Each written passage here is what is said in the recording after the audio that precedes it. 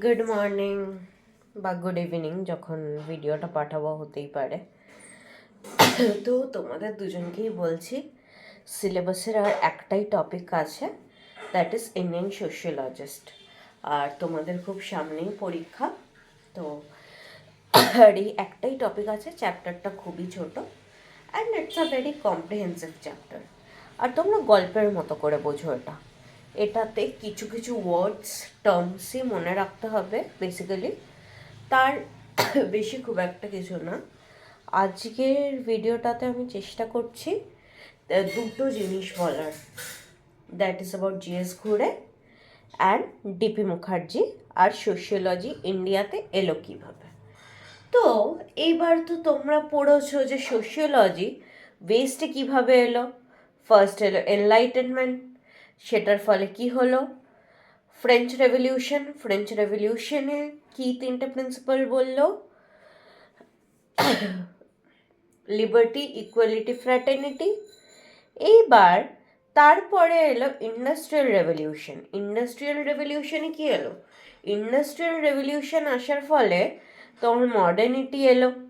এই মডার্নিটির থ্রুতে তোমার পুরো সোসাইটাল স্ট্রাকচার চেঞ্জ হলো, এগ্রিকালচার থেকে ইন্ডাস্ট্রি বেসড হলো, নতুন ক্লাস এলো, পভার্টি দেখা দিল। সেইটা বোঝার জন্যে সোশিওলজি অ্যাজ এ ডিসিপ্লিন বা সাবজেক্ট এমার্জ করলো। নাও coming back to India, of course আমরা ইংল্যান্ডের থ্রু কলোনাইজ হয়েছি, তো যদি ওখানে ইন্ডাস্ট্রিয়াল রেভলিউশন হয় আসে, তো আমরাও সেটার এফেক্টটা তো বুঝতে পারবোই। কারণ আমাদের এখানে যে ধরো রেলওয়ে স্টেশন, স্টিমশিপ, সব তো কাদের বানানো, ব্রিটিশদের। ব্রিটিশরা কেন বানিয়েছিল? যাতে নিজেদের সুবিধার জন্য তারা মালপত্র এক্সপোর্ট করতে পারে। কিন্তু ইন্ডিয়াতে মডার্নিটি কি এতটা সিম্পল এসে হয়ে গেল? নিশ্চয়ই না। ইন্ডিয়া এত বড় একটা কান্ট্রি, যেখানে প্রচুর ল্যাঙ্গুয়েজ বলা হয়, ডাইভার্স ডায়ালেক্টস আছে, সেইখানে মডার্নিটির এফেক্ট কিছুটা আলাদা হবে, ইমপ্লিমেন্ট করতেও অনেকটাই কষ্ট হবে।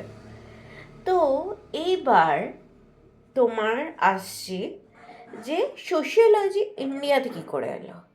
প্রথম কথা দেখো, ওইখানে যদি ইন্টেলেকচুয়াল ইনফ্লুয়েন্সেস এসে থাকে, এইবার ওরাই তো ইন্ডিয়ানসদের পড়ালো লেখালো, তাই না? এবার ইন্ডিয়ানসদের যখন পড়ালো লেখালো নিজেদের সুবিধার জন্যে, নিজেদের কাজগুলো করানোর জন্যে, ইন্ডিয়ানসরাও অনেক কিছু বুঝতে শুরু করলো। তারপরেই আমরা বুঝেছি যে আমাদের কেউ কলোনাইজ করতে পারে না। এবার তুমি বলতে পারো যে এটা সোশিওলজির সাথে কি রিলেশন। সোশিওলজির সাথে একরকমভাবে যেটা রিলেশন, এই ধরো সোশিওলজিতে আমরা কি পড়ছি, society, social relationship, societal structure, এই প্রত্যেকটা জিনিস পড়ছি, তাই না? এবার সোসাইটাল স্ট্রাকচার, সোশ্যাল রিলেশনশিপ যে পড়ছি, এইটা এইটা তো মানে ব্রিটিশরা যখন এসেছিল আমাদেরকে অনেক কথাই বলেছিল যে we are uneducated, we are barbarians and many other things. But এটা অনেক পেছনের কথা।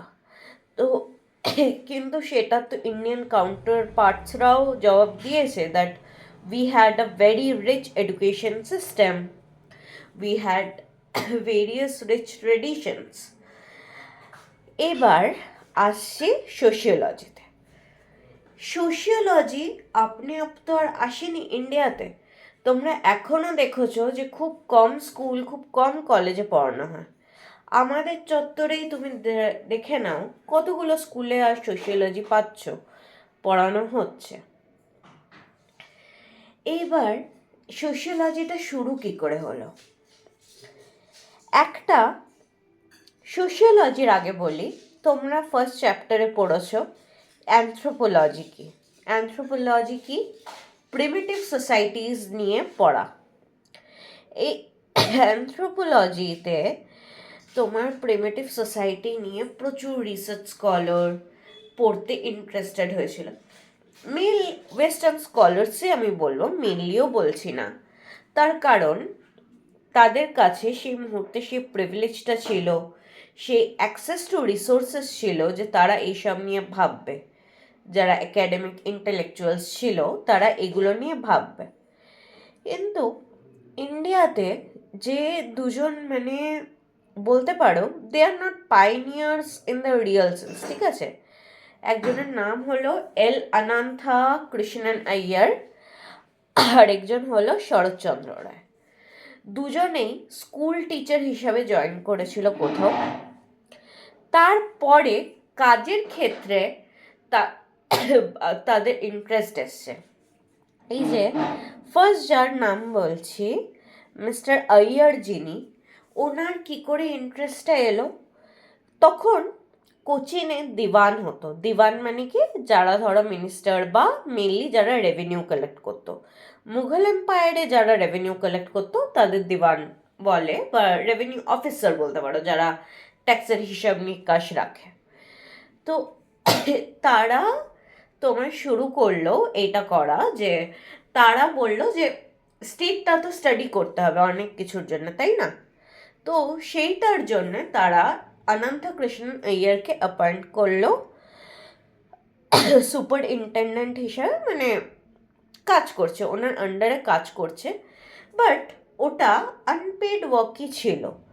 বাট উনি করতে করতে ওনার ইন্টারেস্ট বেড়ে গেল, উনি আরও এটা নিয়ে আরও ঘাঁটতে শুরু করলো। কিন্তু তখনও কিন্তু সেরাম ব্রেক থ্রু উনি পাননি। এইবার এলো শরৎচন্দ্র রায়, ওনারও সেমই ব্যাকগ্রাউন্ড। উনি এডুকেশন কমপ্লিট করে একটা স্কুল টিচার হিসেবে জয়েন করেছিল একটা মিশনারি স্কুলে। কিন্তু ওই যে মিশনারি স্কুলে ধরো জয়েন করেছিল, সেখান থেকে উনি আবার ল পড়তে গেছিলেন। এবার যেখানে ল পড়তে গিয়ে যেখানে আবার ল প্র্যাকটিস করতে গেছিলেন, সেই জায়গাতে প্রচুর ট্রাইবালস থাকতো। এই ট্রাইবালস মানে কি বলতে পারো যে যাদের একটা ডিস্টিংক্ট গ্রুপ আইডেন্টিটি আছে, বা বাংলায় আমরা যেটা বলি একটা আলাদা গোষ্ঠী আছে, একটা ট্রাইবাল গ্রুপ। অনেকে তাদেরকে আদিবাসীও বলে। তো এই ট্রাইব গ্রুপদের ব্যাপারে পড়তে পড়তে, আর তখন দেখো ইন্ডিপেন্ডেন্সের খুব কাছাকাছি টাইম পিরিয়ডে হয়তো প্রচুর ল্যান্ড নিয়ে নেওয়া হচ্ছে তাদের থেকে একটা জিনিস, আর তাদেরকে আইসোলেট করে রাখা হচ্ছে। এবার ব্রিটিশরা তো তখনও পুরোপুরি, যদি আগে হয়ে থাকে তারা তো আরও মানে যা ফরেস্ট রিসোর্স ছিল ট্রাইবসদের, সেটা নেওয়ার চেষ্টা করছিল। তারপরেও তোমার যেটা মানে মানে ইন্ডিপেন্ডেন্সের পরেও কিছুটা তারা সেটেলমেন্ট করেছিল, যে এতটা জমি দেওয়া হবে, এতটা জঙ্গল দেওয়া হবে, সেটা অনেক সময় করা হয়নি, দেওয়া হয়নি।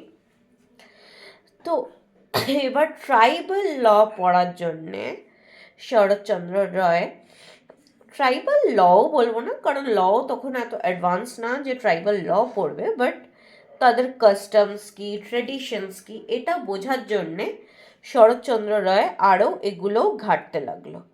কিন্তু ওনার কিছু কিছু লেখাতে পাওয়া গেছে, কিছু ট্রাইবসের ব্যাপারে অনেকই লেখা পাওয়া গেছে, কিন্তু তারাও মানে founding figure of Indian sociology হয়নি। Founding figure of Indian sociology কোথার থেকে হলো? জিএস ঘুরে থেকে, গোবিন্দ সদাশিব ঘুরে। জিএস ঘুরে একটা জিনিস নোটিস করবে, বেশিরভাগই যা সোশিওলজিস্ট পড়ানো হবে, ইন্ডিয়ান সোশিওলজিস্ট মেনলি পড়ানো হবে, তারা মেনলি আপার কাস্ট, ঠিক আছে? জিএস ঘুরে বলো, ডিপি মুখার্জি বলো, এআর দেসাই বলো, এম.এন. শ্রীনিবাস বলো, তারা বেশিরভাগই হায়ার কাস্ট। এবার জিএস ঘুরের তাতে কি দেখা গেল? জিএস ঘুরে একদম ন্যাশনালিস্ট ছিলেন, জিএস ঘুরে ওয়াজ অ্যান ব্রিলিয়েন্ট একাডেমিশিয়ান, এটা বুঝতেই পারছো, কারণ উনি ব্রিলিয়েন্ট একাডেমিশিয়ান ছিলেন বলেই আজকে আমরা ওনার কথা পড়ছি, ওনার থিওরি পড়ছি। ওনার থ্রুতে শুরু হয় ইউনিভার্সিটি অফ বম্বেতে ডিপার্টমেন্ট অফ সোশ্যাল অ্যানথ্রোপোলজি আর লেটার অন সোশিওলজি। তো সোশ্যাল অ্যানথ্রোপোলজি মানে কি? অ্যানথ্রোপোলজি আমি বললাম যে প্রিমিটিভ সোসাইটিসদের পড়া, তাহলে সোশ্যাল কথাটা আমরা কেন লাগাচ্ছি তার আগে? এবার সোশ্যাল কথাটা আমরা এই জন্যেই লাগাচ্ছি যে যেটা সামাজিক, তাদের যে সামাজিক জিনিসপত্র ছিল সেই জন্যে লাগাচ্ছে। মানে সোসাইটাল বাউন্ডেশন বলো, সোসাইটাল স্ট্রাকচার বলো, সব কিছুই পড়ছি। We are not only concern with primitive সোসাইটিতে যে কি বোন ম্যাডো ছিল বা কি। যখন একটা আমরা প্রিমিটিভ সোসাইটি পড়ছি, যখন আমরা হিস্ট্রিও পড়ছি, খুব সাধারণ হরপ্পান সিভিলাইজেশনও যখন পড়েছো, তোমরা দেখেছো কি মেটাল ইউজ হতো, কিভাবে তারা থাকতো, এই প্রত্যেকটা জিনিসের থেকেই তাদের সোসাইটিটা কেমন ছিল আমরা ওটাই গেস করেছি, তাই না? এইবার জিএস ঘুরের মেন কাজ কি কি ছিল? কাস্ট অ্যান্ড রেসের ওপর জিএস ঘুরের মেন কাজ ছিল, যেটা তোমাদের সিলেবাসেও আছে, পড়তে হবে। জিএস ঘুরের একটা খুব ফেমাস বিতর্ক আছে ভেরিয়ার এলভিনের সাথে, ওইটাতে পরে আসছি। প্রথম কথা, জিএস ঘুরের কাস্টের যে ব্যাপারটা ছিল, জিএস ঘুরে সেটাতে বলেছিল, ওখানে হার্বার্ট রিজলি বলে একজন, উনিও ওয়েস্টার্ন অ্যানথ্রোপোলজিস্ট বা ওয়েস্টার্ন একাডেমিশিয়ান বলতে পারো, কারণ এনারা বেশিরভাগই সবাই একটা ফিল্ডে না, অনেক কিছু, যেরম জিএস ঘুরে, ডিপি মুখার্জি, সবাই ইকোনমিক সোশিওলজি একসাথে ছিল, একসাথে পড়েছে।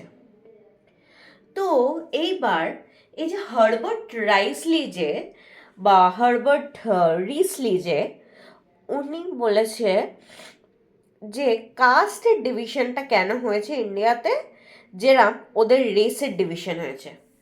রেস তো এখনো বোধহয় তোমরা পড়োনি না? আচ্ছা, না না, বেসিক সোশ্যাল ইনস্টিটিউশনে পড়েছো। তো রেসে কি বলে যে ফিজিক্যাল স্ট্রাকচারের ওপর, ফিজিক্যাল অ্যানাটমির ওপরে একটা ক্লাসকে ডিভাইড করা হয়। মানে এই ধরো ব্ল্যাকস, এই ধরো যারা চাইনিজ, জাপানিজ, তারা মঙ্গোলয়েডস, যারা ইন্ডিয়ানস, পাকিস্তানিজ বা আফগানিস্তানি, সাউথ ইস্ট এশিয়ার দিকটা বেসিক্যালি, তো তাদেরকে কি বলা হয়? তাদেরকে বলা হয় হলো তোমার ইন্ডো ড্রেভিডিয়ান্সও বলা হয়। আরিয়ান্স মানে তারা আরিয়ান্স যে গ্রুপটা ছিল তাদের থেকে ডিসেন্ড করেছে। তো বলা হার্বার্ট রিসলি বলেছিল যে এই যে ওপর থেকে যে জিনিসটা, যে মানে লোয়ার কাস্টে যাদের সেগ্রিগেট করা হয়েছে, তাদের অরিজিনটা কোথা থেকে হয়েছে? ওই রেস থেকে, ফিজিক্যাল ফিচার্সের ওপর হয়েছে। বাট জিএস ঘুরে ওটা ডিসএগ্রি করেছে, যদিও উনি পুরোপুরি ডিসএগ্রি করেনি। উনি বলেছে যে হ্যাঁ, নর্থ ইন্ডিয়ায় হয়তো হতে পারে এটা ডিসএগ্রি, মানে এটা এরম হয়েছে, কিন্তু তোমার যখন rest parts of the India, eastern India, southern India, central India, এইসব জায়গায় কি হয়েছে?